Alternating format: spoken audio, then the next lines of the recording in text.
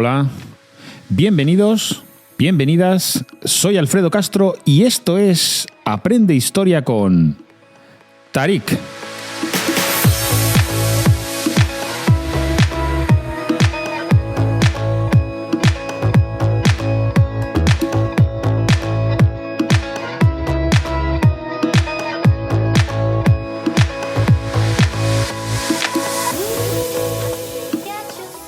Francisco Franco asumió el título de caudillo e instauró una dictadura en España, un régimen autoritario y personalista que durará hasta su muerte natural en 1975. Durante ese largo periodo, el régimen irá asumiendo diferentes roles en función de las circunstancias, tanto interiores como exteriores. La política del régimen va a ser muy diferente si hablamos de 1940 o de 1970.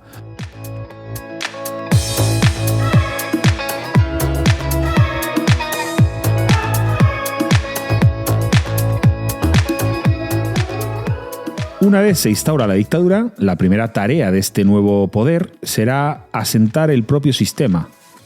Nada tiene que ver con la Segunda República o con la monarquía. Este nuevo sistema va a ser otra cosa. Se tendrán que crear políticas económicas, sociales, internacionales, todo ello envuelto en un potente autoritarismo.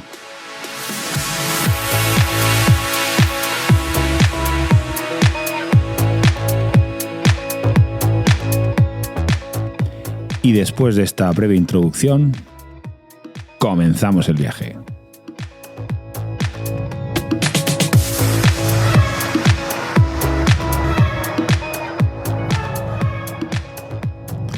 Podrían ser las 6, 7 de la mañana de cualquier ciudad de la España de 1939. Muchos oídos están atentos en espera de la primera descarga del pelotón que cumple las sentencias en las tapias del cementerio.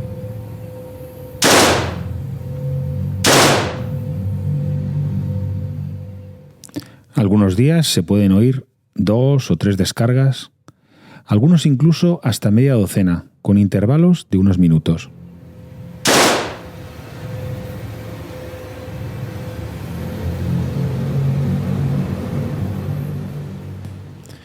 Podemos entender por represión franquista el proceso de violencia física, económica, política y cultural que sufrieron durante la Guerra Civil los partidarios del bando republicano. Entre ellos podemos decir que hay anarquistas, comunistas, socialistas, republicanos y separatistas. Posteriormente, también durante la dictadura franquista, los perdedores de la Guerra Civil y los denunciados como antifranquistas también recibieron esta represión. La represión continuó durante toda la dictadura, hasta 1975. Sin embargo, fue especialmente dura desde 1936 hasta 1945.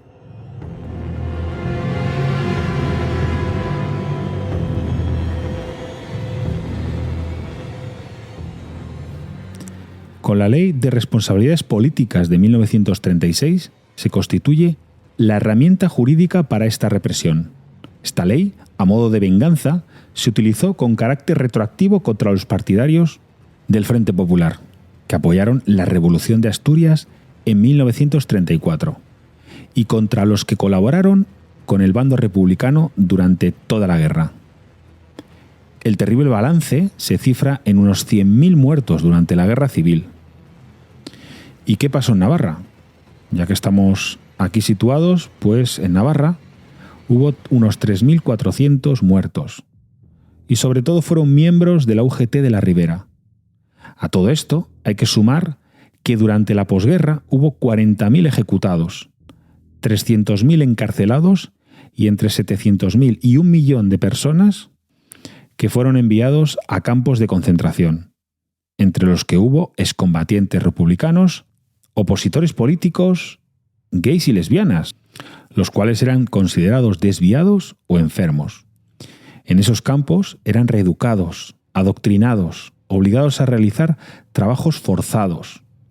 Estos trabajos forzados fueron realizados en minas, obras públicas, infraestructuras, en construcción de grandes monumentos, como por ejemplo fue el Valle de los Caídos.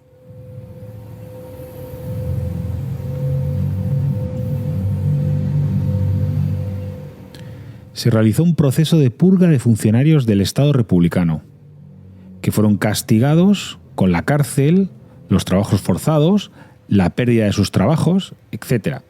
Después, para obtener una plaza como funcionarios, se priorizaba a los leales al movimiento nacional y se exigían certificados de buena conducta, que eran expedidos por el jefe local de turno de Fetela Jones, de la Falange Española tradicionalista y de las juntas de ofensiva nacional sindicalista, y, como no, del cura. En cuanto a la educación, se hizo una limpia del profesorado, colocando a los afines al régimen. Y la educación, pues ya os podéis imaginar cómo era el tema. Yo no he sido don Moisés. Yo tampoco, don Moisés. Yo no sé nada, don Moisés. Poner las manos. ¡Ay! A ver si así aprendes lo que es urbanidad. De rodillas. Y con la historia sagrada. La religión católica fue instaurada como la religión oficial, prohibiendo el resto de manifestaciones públicas de otras religiones. Se prohibió y se persiguió cualquier manifestación nacionalista. Estaba prohibido usar o hablar otras lenguas como el euskera, el catalán o el gallego. Se prohibieron los partidos políticos, los sindicatos libres, los periódicos no afines al régimen. Se implantó la censura en todos los medios de comunicación. Cualquier persona sospechosa de ser contraria al régimen franquista podía ser detenido, interrogado, torturado y juzgada por los tribunales militares, con el posterior castigo que iba desde la cárcel hasta la pena de muerte.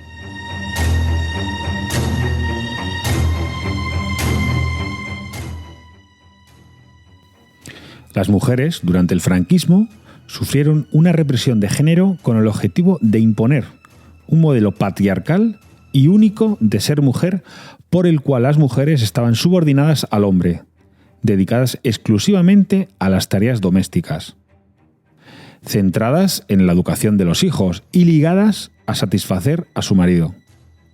Las mujeres tenían que ser esposas para fomentar el matrimonio religioso, madres para fomentar la procreación y la moral católica, y amas de casa. Pilar Primo de Rivera creó la sección femenina de la Falange Española, con la función de que las mujeres realizasen un servicio social obligatorio en el cual se les adoctrinaba en la ideología franquista y en los roles tradicionales del género.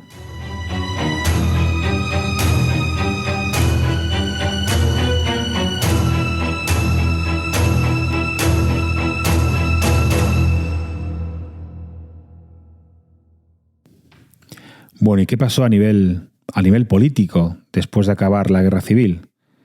Pues antes de la guerra existió un partido político minoritario, la Falange. Los fundadores fueron José Antonio Primo de Rivera y Ramiro Ledesma.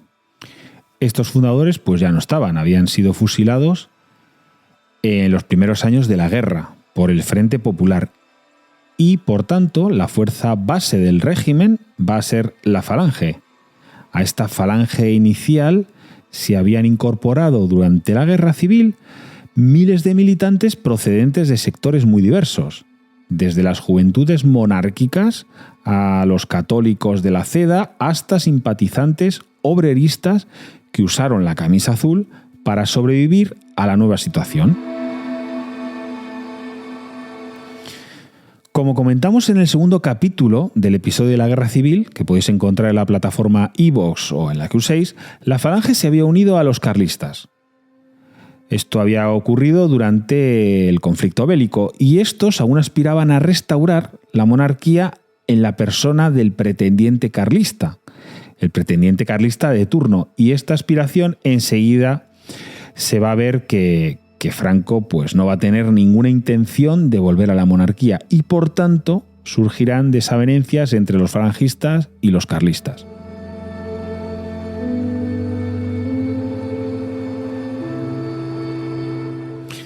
Bueno, y antes de seguir adelante, es importante remarcar que en el primer gobierno, que fue presidido obviamente por Franco, predominaban ministros falangistas. También predominaban muchos militares. Y uno de ellos fue Ramón Serrano Suñer, el cual diseñó un Estado fascista, que adoptó una serie de medidas, entre las que están la abolición de cualquier obra política o social republicana, la represión de sus opositores políticos, ya hemos hablado de esta represión, y de la supresión de libertades y derechos más elementales como la reunión, la manifestación y la libertad de expresión. Y por último, la implantación de un Estado unitario, centralista, y la ley de promulgación de las leyes fundamentales, que también describiremos más adelante.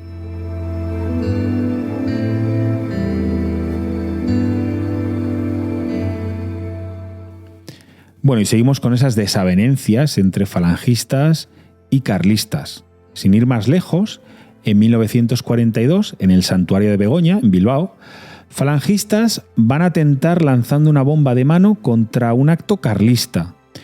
Tenemos que recordar que estos carlistas lo que quieren es restaurar la monarquía. Bueno, pues este atentado deja 70 heridos. Este hecho fue censurado por el régimen en la prensa y de este modo pues no se publicó absolutamente nada en los periódicos. Ahora bien, esto desató una crisis política interna importante. Franco cerró esta crisis fusilando al autor del lanzamiento de la bomba y aprovechó para echar definitivamente a estos falangistas más radicales del poder, cosa por ejemplo que hizo con Serrano Suñer, que era ministro de Interior y casi la mano derecha de Franco. Con esto, Franco consiguió que este movimiento falangista ya no fuera tan falangista, ni tampoco tan tradicionalista, pero lo convertirá en la base del régimen. La idea que tenía Serrano Suñer era crear un partido único, a imagen y semejanza de los regímenes fascistas. Sin embargo, Franco no quería esto. Y no quería esto porque la base social y política del nuevo régimen había además otras fuerzas. Ante todo, pues estaban los católicos, procedentes en su mayoría de la CEDA, de Gil Robles, y hay que recordar que el principal factor de cohesión o de unión de todo el bando nacional era la defensa de la civilización cristiana.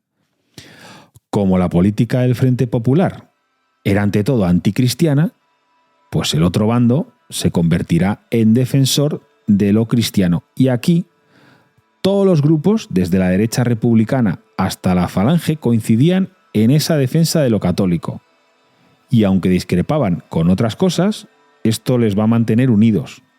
La Iglesia española apoyó explícitamente al bando nacional desde 1937.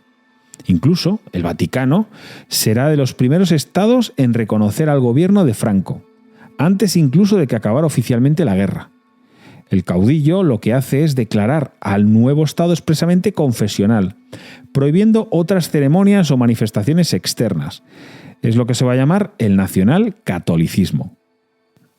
Y no podemos olvidarnos de los monárquicos, que aspiraban al retorno de Alfonso XIII. En 1941, Alfonso XIII muere, y los derechos dinásticos pasan a su hijo Juan de Borbón. Este Juan va a estar queriendo ejercer sus derechos. Y al principio don Juan apoyó a Franco, pero con el estallido de la Segunda Guerra Mundial cambia un poco de opinión, planteando la monarquía como una alternativa a Franco. Y claro, esto ni a los falangistas ni a los carlistas les va a gustar absolutamente nada. Así que la posición de los monárquicos en este régimen pues se va a tornar un poco bastante delicada.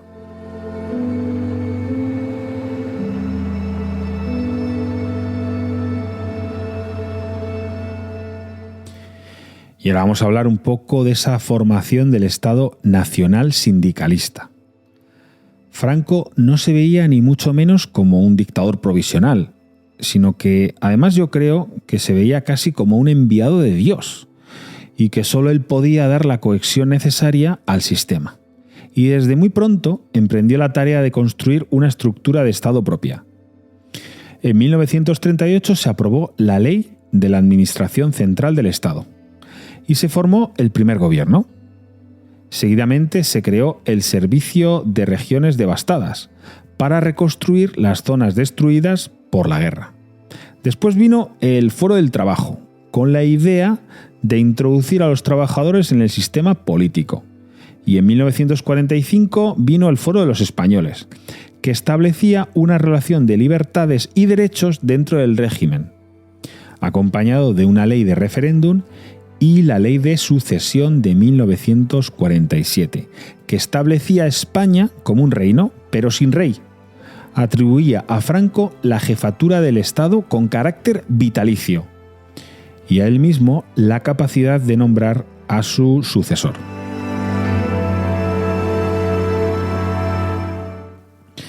En el Foro de los Españoles surge el concepto de democracia orgánica, como alternativa a la democracia liberal. En una democracia liberal hay unos partidos, se hacen elecciones y gana el partido más votado. Así básicamente.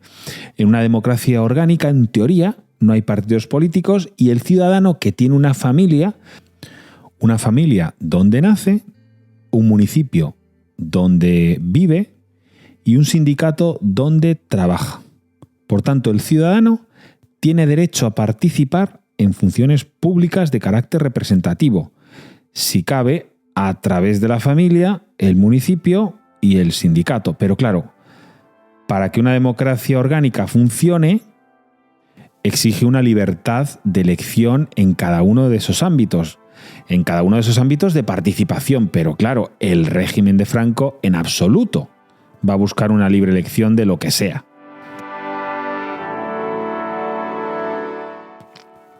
Para la construcción del Estado Nacional Sindicalista, Franco quería integrar al sindicato en el conjunto del partido único. Su idea era integrarlo bajo la doctrina falangista y, por supuesto, la doctrina social de la Iglesia. En resumen, ese carácter autoritario permitió aplicar diferentes políticas y leyes como, por ejemplo, la Ley del Descanso Dominical y Festivos de 1940, el seguro obligatorio de enfermedad y la creación de mutualidades laborales en 1942. En 1944, la creación de las cajas de empresa, donde se daban las vacaciones retribuidas, permiso de maternidad y pagas extras de Navidad. En 1955, la creación de las escuelas de capacitación profesional y universidades laborales. Seguro de accidentes de trabajo y la regulación de los convenios colectivos en 1957. Mutualidad agraria en 1959. Seguro Nacional de Desempleo en 1961. Y cómo no, la Ley de Bases de la Seguridad Social en 1963.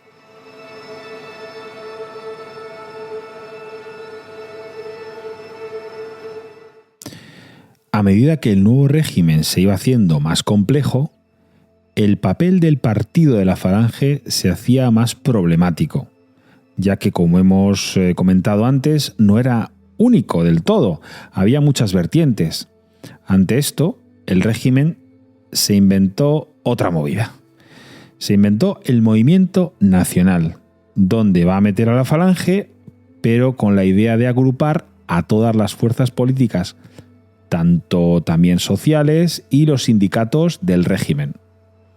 Por ejemplo, dentro del Movimiento Nacional se va a meter al Frente de Juventudes, al Sindicato Español Universitario o a la sección femenina de la Falange, y también el Auxilio Social, entre otras.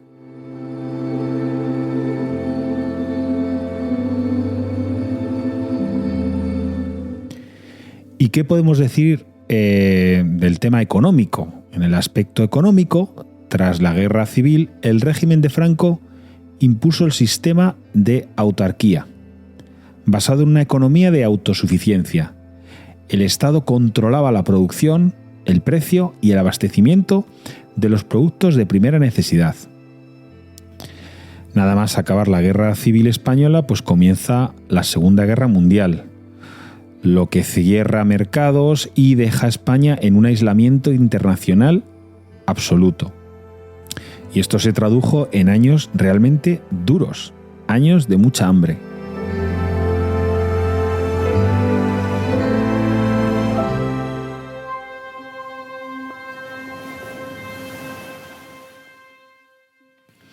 En 1945, tras la victoria aliada en la Segunda Guerra Mundial, existió un giro en la política interior. A mí personalmente el personaje este de Franco me parece un superviviente. Es decir, el tío va cambiando la política dependiendo de las circunstancias rápidamente. Es capaz de adaptarse a lo que sea con el objetivo único en su cabeza de que su régimen perdure hasta el final. Sin ir más lejos, ante la victoria de los aliados, Franco adopta varias medidas. Reduce la influencia de los falangistas y de los militares en su gobierno.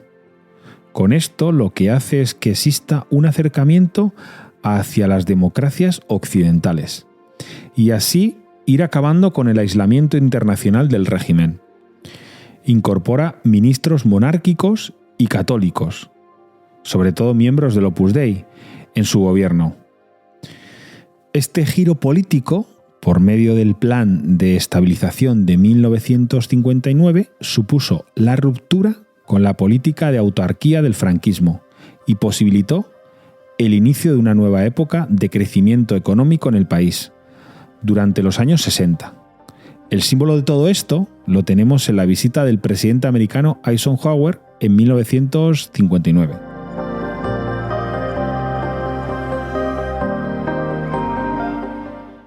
¿Y cómo es esta evolución política de Franco desde esta evolución de la política internacional desde 1939 hasta 1959?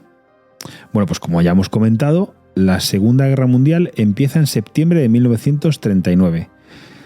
Recién acaba la Guerra Civil Española. La posición de Franco había sido de estricta neutralidad. La prodigiosa campaña alemana al oeste le hace cambiar de opinión. En pocos meses, Hitler había derrotado a los ejércitos francés, inglés, belga, holandés, danés y noruego, y todo ello sin grandes destrucciones. Entonces Franco se ofrece a Hitler para que España fuera aliada de Alemania. Hitler estaba convencido de que iba a aplastar al ejército inglés y decidió pasar de la propuesta de Franco. Pero, ¿qué ocurre? Que Inglaterra resiste. Entonces ahí Hitler busca la ayuda española, con la intención de cerrar el Mediterráneo para controlar Gibraltar, que para él le parece importantísimo. Pero para entonces ya Franco había cambiado de opinión. Inglaterra estaba fuerte en los océanos y además Estados Unidos había entrado en la guerra. Y es famoso el episodio del cual Franco y Hitler se entrevistan en Hendaya, el 23 de octubre de 1940. Lo que quería Hitler era controlar Gibraltar.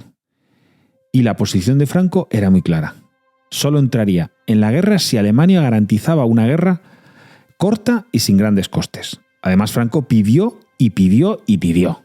Franco lo que quería era que se le entregara luego Gibraltar y luego también el Marruecos francés. Y esto ya para Hitler ya era demasiado. Y España finalmente pues lo que hizo es mantenerse al margen. Y esto también se explica, en resumen, porque el régimen franquista veía 3 frentes en la guerra y para cada uno de ellos tenía una posición diferente. Había un frente que era el de la guerra de Alemania contra el comunismo, y ahí España estaba contra la URSS. Había otro frente que era Alemania contra Inglaterra y Francia, y ahí España era neutral. Y por último, un tercer frente que era Estados Unidos contra Japón, y ahí España también era neutral, pero siempre apoyando a Estados Unidos. Es un poco difícil de explicar, pero era así. En definitiva, la doctrina oficial que adoptó el régimen franquista fue una postura de no beligerancia, que implicó apoyar logísticamente a la Italia fascista y a la Alemania nazi, de esta forma enviando a la División Azul para combatir contra el comunismo en la Unión Soviética y así agradecer a la Alemania nazi su ayuda en la guerra civil. Se llamó División Azul porque bajo el uniforme alemán llevarían siempre la camisa azul de la Falange.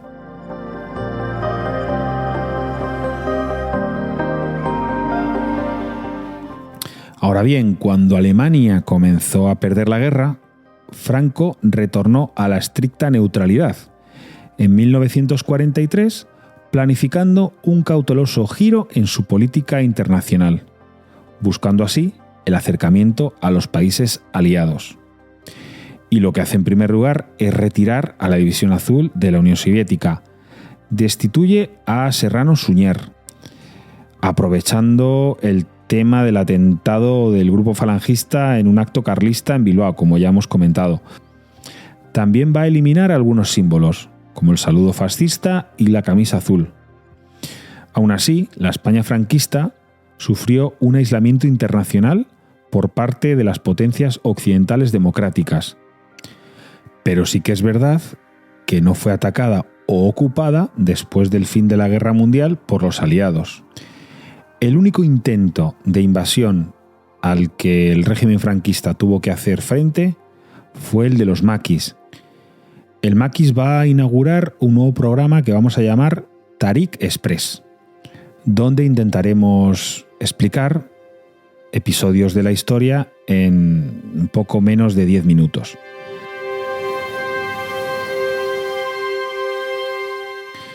Bueno, entonces continuamos. La ONU, en 1946, excluyó a España de la organización y de sus organismos internacionales. El régimen franquista únicamente contó con la ayuda de Portugal y de la Argentina de Perón. España también fue excluida del Plan Marshall, que fue una ayuda de Estados Unidos para recuperar a la Europa occidental después de la Segunda Guerra Mundial. Además de eso, fue vetado para su ingreso en la OTAN.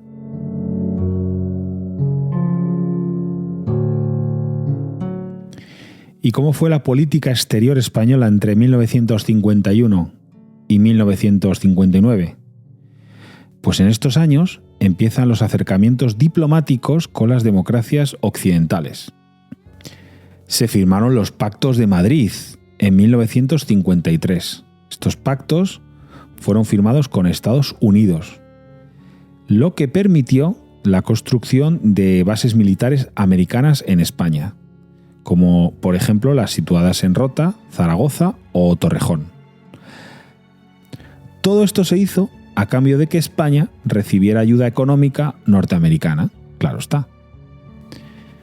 España es admitida en la ONU en 1955 y la visita del presidente norteamericano Eisenhower en 1959 pone fin definitivamente al aislamiento internacional que había sufrido España desde 1945. Y como prueba de todo esto, es un vídeo que podemos oír de Franco hablando inglés. Y aquí lo tenéis porque es auténtico. Who follow our movement in defense of civilization, and thanks to all those who hear this word to spread them all over the world. Country, religion, family, this is our aim and dream. ¡Viva España!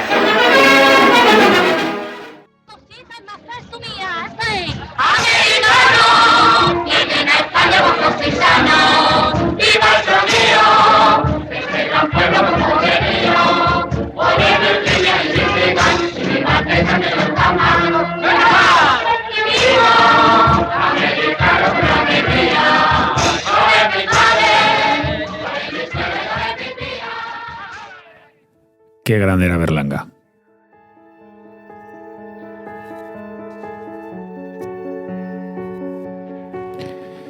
Y hasta aquí.